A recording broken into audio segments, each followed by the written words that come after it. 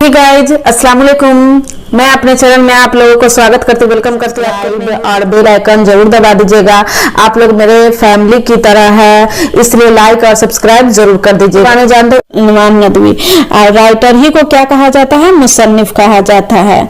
अब बात पुराने लफ्जों की नहीं तहकीक पूछा जाएगा, क्या है, खाका है या मजमून है या नज्म है या शायर है, 4 ऑप्शन रहेगा। तो ये क्या है? बात पुराने लफ्जों की नहीं तहकीक मजमून है। ठीक है, तो पैदाइश जो हुई सैयद सुलेमान नदवी के शोभा बिहार की एक मुरद्दम खैज बस्ती दसना, जो अब मौजूदा नालंदा जिला है। पहले क्या था? दसना है, अब जो हो गया उसका नाम पड़ गया है क्या? नालंदा जिला। 22 नवंबर 1884 को सैयद सुलेमान नदवी पैदा हुए थे। वालिद हकीम, मतलब वालिद का उनका नाम क्या था? सैयदा अबू अल हसन। ठीक है, मजमून जो है 1902 में उनका पहला मजमून पटना के रिसाले अल बीच में खातूनों की तालीम अनवान से शाया हुआ था। मतलब उनका जो पहला जो मजमून था वो खातूनों की तालीम, मतलब औरतों को तालीम, मतलब इल्म सीखना से आगे बढ़ा जाए, कैसे उसको इल्म दिया जाए, उसको बढ़ाकर क्या करना है, अनवान से शाया किया कि तालीम होना बहुत जरूरी है।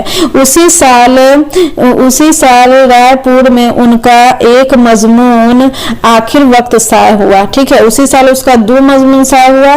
पहला आप लोग को बता चुके औरतों की तालीम के अनवान से हुआ था, और 1903 में उनके नज़में और गजलें भी शाया हुए 1903 में। ठीक है, ये सब क्या है? मोस्ट लाइन है। ठीक है, कहीं से भी क्वेश्चन पूछ देता है तो आप लोग याद कर लीजिएगा। ठीक है, गजलें भी शाया हुए। 1906 में मौलाना अब्दुल कलाम के अखबार अल हिलाल के वाबस्ता हो गए। आप लोग जानते होंगे कि मौलाना अब्दुल कलाम अल हिलाल बहुत मोस्ट इम्पोर्टेंट है। वाबस्ता हो गए। उर्दू जबान व अदब से ताल्लुक उनके मज़ामीन, खास तौर पर नकोशे सुलेमानी, हमारी जबान का नाम मज़ामीन सुलेमानी और है। उर्दू जबान व अदब से ताल्लुक में इनके कई मजमून है। ठीक है, खास तौर पर आप लोग बता दिए, हमारी जबान का नाम मज़ामीन और मकालात सुलेमान में शामिल है। मतलब उनका जो मजमून है उसी में वो शामिल किए हुए हैं। सिबली नुमानी की हियात व खिदमात पर सैयद सुलेमान नदवी की किताब हयात सिबली लफ्जों की नई तहकीक में इन लफ्जों के असल मानी की वजाहत की गई है जो रोजमर्रा की जबान में इस्तेमाल होते हैं। मतलब रोज हम लोग क्या करते हैं? इस्तेमाल करते हैं उस जबान को।